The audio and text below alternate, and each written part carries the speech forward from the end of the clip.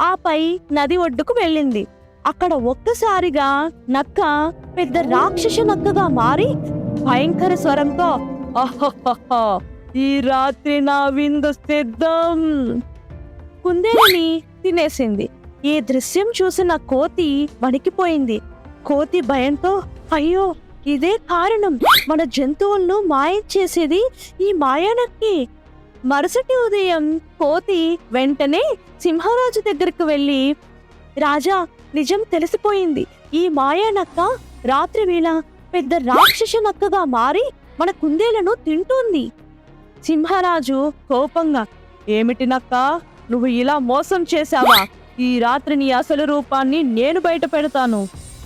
ఆ రాత్రి సింహరాజు, కోతి, ఏనుగు, జింక అందరూ దాక్కుని నక్కను గమనించసాగారు. మళ్ళీ నక్క బయటికి వచ్చి